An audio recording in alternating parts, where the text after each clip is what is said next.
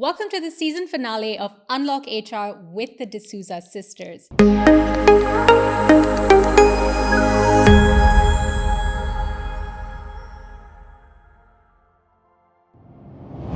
It's been such a fantastic journey over the past 6 episodes, and we are so grateful to all of our listeners, our subscribers, our supporters, our well-wishers for supporting us on this amazing journey. Today, for our last episode for this season, we're going to dive into this really important topic that is very close to our hearts. It's about employee wellness, especially in small businesses. You know, they say when you have a lot of problems, but then when you have a health problem, you have just one problem. So we're going to talk about how can we create a culture that is around well-being while also ensuring employees are happy and productive. To help us unpack this, we have a fantastic guest with us today. We have Christine, who is a corporate wellness lead at Pacific Prime Insurance, who are also our wonderful sponsors. Christine, thank you so much for joining us on our season finale of the Unlock HR with the D'Souza Sisters podcast. Thanks so much for having me, ladies. And if you all haven't met Elrona, she is the second half of the D'Souza sister duo. Hi, everyone. I'm so excited about the season finale. All right, so let's get right into it. Christine, maybe let's start about just getting to know you better. Tell us a bit about yourself and your journey into being a wellness lead for Pacific Prime. Sure. Well, originally I'm a health professional by trade. So I did a physiotherapy degree many years ago now.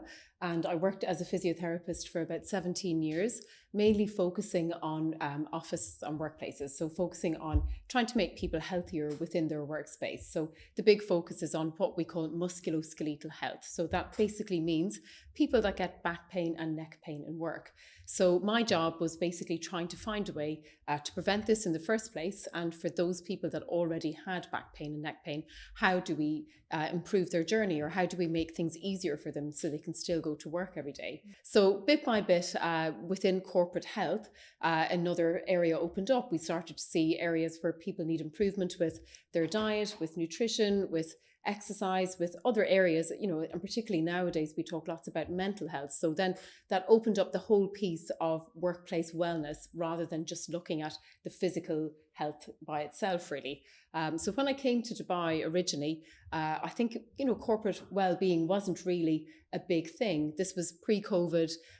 People were in the workplace. They weren't really working from home. And then that evolved with time. So then obviously COVID happened, and all of a sudden the dynamic changed considerably for everybody. So everybody all of a sudden was, in a hybrid position where they might be working from home. They might be within a small office sometimes. And then that became a challenge for all employers. Yeah, absolutely. Thank you for that. And I think, that's such a great, I think you were maybe in the right place at the right time, because especially post-COVID, right? We all have a different view of wellness, but I think we all have some elements of this back pain that prior to COVID, there was no attention around this at all, right? And I also think that employers, right, recognize that they have a duty towards the employees to make sure that their well-being is something that they consider. Prior to this, like how life was at home wasn't really on the radar. And post-COVID, because that became the workplace, they suddenly realized that it's important to give them good workstations and talk about health, talk about mental health, because they saw the benefits and the lack of as of, not taking one of those measures. And I think employers started to own wellness of their employees much more than, before. And before it was like a nice thing to do in the organization, have a wellness day or a health day. But then they started seeing the benefits of it. And, that kind of gave us the opportunity to talk more about wellness and bring that into like almost every organization where we at least are. Yeah, absolutely. So what do you think, just from your experience pre and post COVID, like what has been a shift in the wellness from the wellness perspective for employers? Completely different, aren't they? Because I think pre-COVID, as you said, it was just a bit of an ad hoc thing. You might have a wellness day and that was it. Whereas post-COVID, we know now that the statistics were there that people that were healthier fared much better. And then we know how important our health is now. And I think people value that a lot more now as well. Yeah. They're a lot more mindful when it comes to looking after themselves. And I think that has come into the workplace as well. So obviously there's a responsibility from HR and then, the leaders as well. So if the leaders in an organization are looking after their health, then I think that trickles down. So I think post-COVID, we see a lot more stress on wellness campaigns throughout the year. A lot of the clients we have will be running 3 to 4 campaigns throughout the year now. And I think that's good. The more awareness we have there, the better, really. Yeah, fantastic. So our audience is primarily like small business owners or businesses with smaller team sizes. So can you share maybe some initiatives that you have conducted? You talked about the wellness campaigns. Maybe can you expand a little bit about that? Sure. So I think it doesn't have to be, a big multinational with a huge global budget for wellness. Things can be done really simply. And I think people forget that sometimes as well. You don't need to go and spend a lot of money to achieve a wellness campaign. So I think by just starting in a really simple manner, so even just looking at physical health in the first place, maybe looking at a challenge whereby you have maybe a step challenge or something like that for a fortnight, where the biggest stepper of the company is rewarded with a day off or maybe a little prize or something like that. Just something to encourage staff members to get on board with it. You could share, let's say, a leadership board within the office. Someone can climb more stairs. There's lots of ways to get people moving. I know another one of our clients at the moment is running a challenge that they're calling the biggest loser. And they're trying to support people that are aiming to lose weight. So whoever loses the most weight within that challenge will also get a reward. So that's something simple. It doesn't cost any money. It's a nice way to think about getting people moving and more physically active. Another thing that I think might be helpful would be, let's say, clearing out the pantry of all the unhealthy snacks we see sometimes. Yeah. So I don't know how I feel about that. I'm probably the consumer of the unhealthy snacks in the pantry. But that's a great idea, like Coke Zeros and, sorry, Coke, but, lots of those type of things start to come into your, pantry, and a lot about the snack drawers that people have, and make them aware that these are, indulgence, or the drop that you have at 4 o'clock where everybody wants to have a little something sweet. And, those times, if you pick those in initiatives up, I think that's, easy to do and good success potentially. Can I share a funny story about the step count that you said? Of course. So in one of my previous organizations, we had this, and there was a competition within the company. This was a large organization, like 3,000 plus employees. And the prizes or the awards for the team with the most amount of steps was like pretty significant. So one of our colleagues who competed stuck the step counter back in the day. I don't know if we still use it, like the step counter thing that you would, put on your like lanyard. a Fitbit, but something different. Yeah. So she put on her dog, and she obviously their team were just like off the charts. Yeah. And this had to be questioned. And so the next time they ran the challenge, everyone had to then complete a like 5-minute almost like a training session on like what to do and what not to do, like code of conduct on participating, ethics in the step. Yeah, exactly. Very creative. Yes, very, very creative. That's awesome. One of the initiatives that we had with one of the organizations, they had a small team and they had a even smaller budget. And what we told them is Dubai has so many events around wellness. Like you have the November 30 by 30, you have the Dubai runs and so on. So they rallied the team around this. And that was something that, they spent the whole summer and in preparation of the 30 by 30. And then they completely indulged in the 30 by 30 as well. So I think that's another added benefit that this place offers, is like you can, instead of creating these initiatives, you can even join one of these initiatives. And that itself has benefits as well. 100%. And I think now as well, coming into the cooler weather, we'll see all of the, the runs kicking off, as you said, the 30 by 30, but then also the challenge runs that come throughout the year. So what about getting like a team together or something like that to encourage people to join? There are so many ways to do it. And it can be even as simple as just telling everybody in the office, let's get up every 30 minutes or let's have a bit of a move every 30 minutes just to get people moving throughout the day. Yeah, absolutely. So wellness has such a close relationship with insurance, obviously, because, you are the wellness lead at Pacific Prime. Like, tell us a little bit more about that relationship, how wellness is and insurance, and how does that kind of work together? Okay, so I think in recent years, obviously, insurance was always reactive. So something happened and you would claim on your insurance. Insurance was never about preventing health or being proactive. And I think that's the big change in recent years. And I think that's what Pacific Prime do really well. Yeah. The plan is now to really look at prevention rather than reaction. So if we prevent poor health, then, when we look at that in terms of numbers, that's going to be a better outcome for everybody. So the insurer included in that as well. So it makes sense if we can look after health and we can reduce getting cardiovascular disease, diabetes. When we look at those as kind of the two ones that will actually impact insurance significantly, if we can work on our health, we're going to decrease them straight away. So it makes sense that HR would actually be involved in that too. Because that the direct effect on that is the utilization of the insurance becomes less and less, because you are now in the preventative outlook, as opposed to like, oh, you're ill and now you have to maintain that illness, and therefore you have to go regular visits, do regular tests, and so on. So that's a. So we keep hearing this wellness plan. Let's have a wellness plan. What do you think should form this wellness plan, or how can small business owners or employers kind of create something that is for their teams? I think approach it and think of maybe 4 different pillars. So simplify it. So think of something that's centered around prevention and awareness. So like we said there, preventative health. So that can be the initiatives that may run for the 30 by 30, or, getting involved in, let's say, breast cancer awareness day or a mental health day, something that will bring about awareness in the first place. Then maybe look at another category of wellness, like mental health, let's say, and think of an initiative there. So, thinking about getting staff on board to look out for each other, or to just be a bit more mindful, or maybe looking at something like mental health first aid. Maybe why not train one member of the team to be the mental health first aider for that office? Yeah, it's a really nice idea, and it just brings about a different approach, and it just means that people work together nicely when they're thinking about each other. And then I think as well, maybe just thinking of the other pillars of wellness. So what else can we do?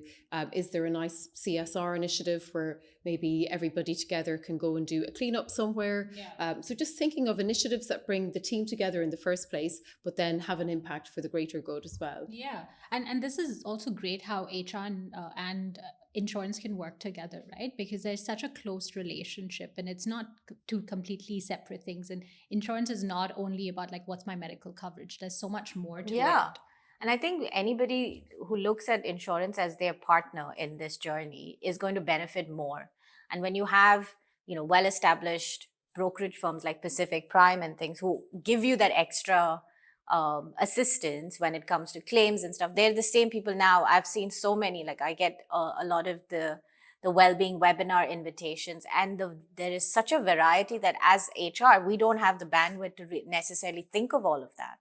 So when you have this coming from yourself, it's just getting, that communication out there and encouraging employees and focusing on rallying them up, as opposed to coming to, think about, okay, so now what do I do for wellness? Like you can just, piggyback on that, and then, carry that into your organization as well. And that's the idea. That's why it was set up, to add another layer of service, but then also to fill in the gaps where the insurer might not provide wellness initiatives to smaller organizations. So that's why we have all of those webinars or any other initiatives to cover that area off, to make life easier for HR, so you don't have to go out and vet all of these different vendors and speakers. The work is already done. And I think for any public webinar, no matter who it's coming from, I think that's a really helpful thing. And we see lots of those now. So trying to get involved in as many of those as possible is really helpful as well, I think. Yeah. Yeah. And what's the uptake? Like, what's the feedback from these initiatives that you are running?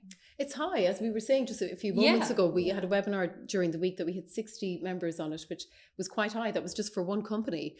So when we see those kind of numbers on webinars, it's a really good sign. It shows that people are willing to engage and log in and actually listen, give a small amount of time to take even just a couple of tips with them. And that's enough to make a difference. I know we were chatting offline about this webinar, right? That you had such a high attendance for. Maybe just talk a little bit about the webinar and we can cover like the entire topic in a separate episode. Sure. So for me, my passion, as I said already, was musculoskeletal health. So how we feel with back pain and neck pain in the workplace. So trying to get people more comfortable and trying to alleviate pain and problems within the workplace. And the biggest issue we see now, people always think, oh, it's my desk, it's my chair, it's my computer. It's not. It's because you're sitting for too long. Oh, really? Yeah. I would have thought that too, because like a lot of people are promoting standing desks but it's about the desk, not the person. But you're saying that it's about just posture, is it? Absolutely. So standing desks are wonderful. And if you're in a position to get one, that's great. If you're not in a position to get one, you've got to get up and move around throughout the day. Really, really important. Yeah. I think they say like every 40 minutes you should move around. You should not sit for more than 40 minutes. Yep. And it's sometimes you're so in the middle of your work that you've missed those things. But that's like a simple tip to use. I remember like my corporate life was all in oil and gas, and we talked a lot about health and safety, and ergonomics was a big topic. And I remember like we were all measured our screen to face and stuff. And then this is what happened. They said, look, you can have as much of the ergonomics set up, but if you are not moving, if you are not, taking a break, all of this will not help you as much as that would help you. So yeah, that's a great idea. I just came back to me, like I remember this email coming through and the HSC guy telling us about it. Are there some other like popular trends other than back pain and neck pain? I'm guessing neck pain is also from looking at your phone, right? I was just about to go into that next. Yeah. So we call it the social strain from looking on your phone and just staring down like that all day long. Yeah, absolutely. So what can we do to alleviate that? Yeah. You've just got to be really disciplined. And I think we've all got to stop this scrolling culture. And I think we've got to be mindful as well that, our children are watching.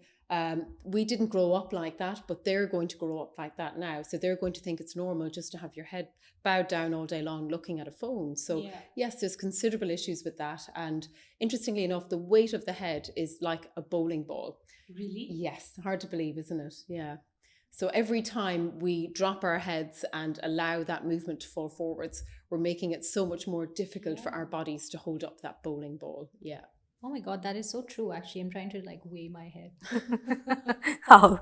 It doesn't, it feels like a bowling ball. Also, again, from doing the kind of work that you're doing, right? Does Dubai have any unique challenges or, is there anything unique about Dubai and the UAE versus the rest of the world?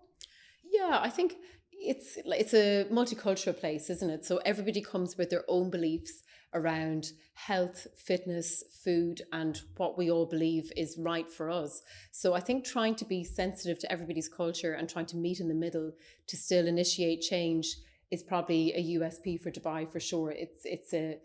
It's very unique in that sense. Yeah. And it's also lovely like that the leadership of the country is promoting wellness, right? Because where not just promoting but like living that life, and there's a lot of social media attention also, or like you said, like 30 by 30. I don't know of any other countries in the world that have such initiatives. And they set up such beautiful spaces for these activities and rallies and things. I mean, a lot of people, definitely during COVID, have realized that it's not all about work, that work-life balance is not just spending time with family, it's like doing quality activities together. Yeah. So a lot of different activities have come around. You have the adventure park, you have a lot of, not work-related initiatives, but some things that happen. So like, I remember one organization, they bought tickets for their employees and their families to this adventure park or something that's off there. And they had an event, instead of having a meal and a dinner event of an annual get together, they did that activity. And that's how they introduced their teams to, these sort of activities. And this is all created by, the leadership of this place, that like go and experience this and, have a better quality of life.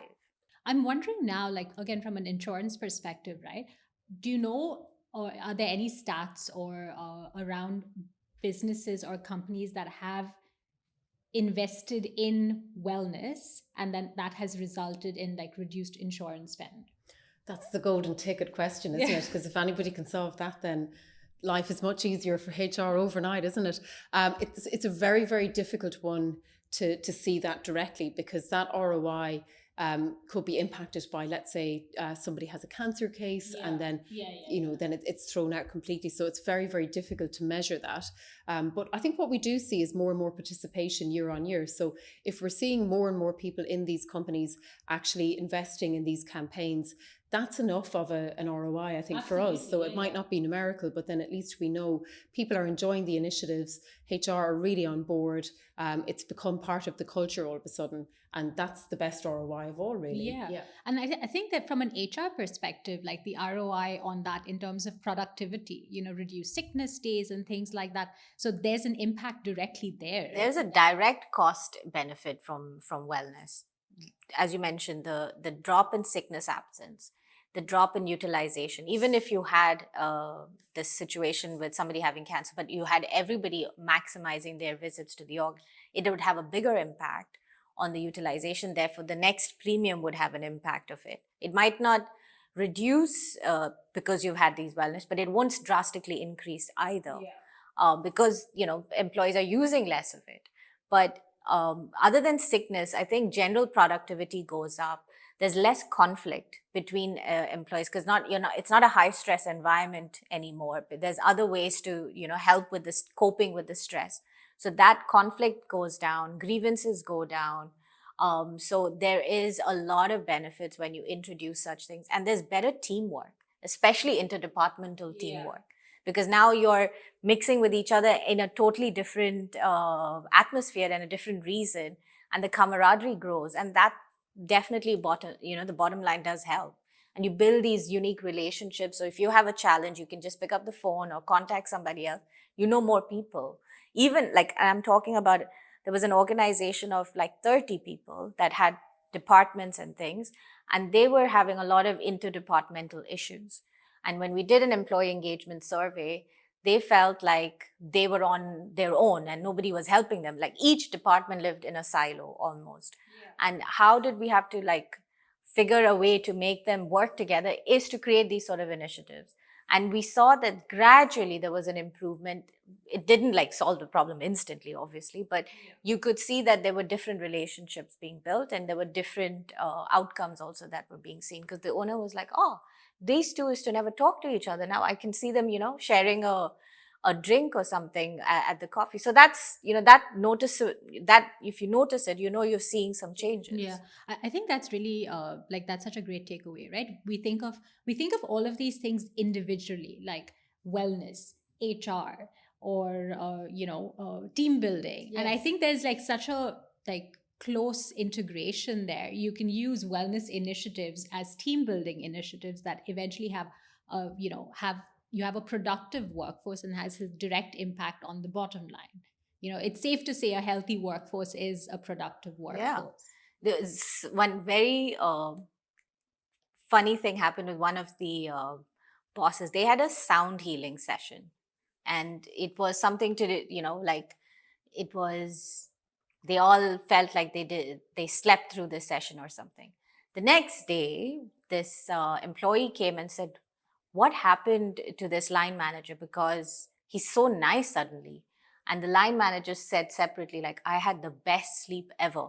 So he just showed up better for work, and that way the team benefited from that. And that was some wellness initiative that led to it.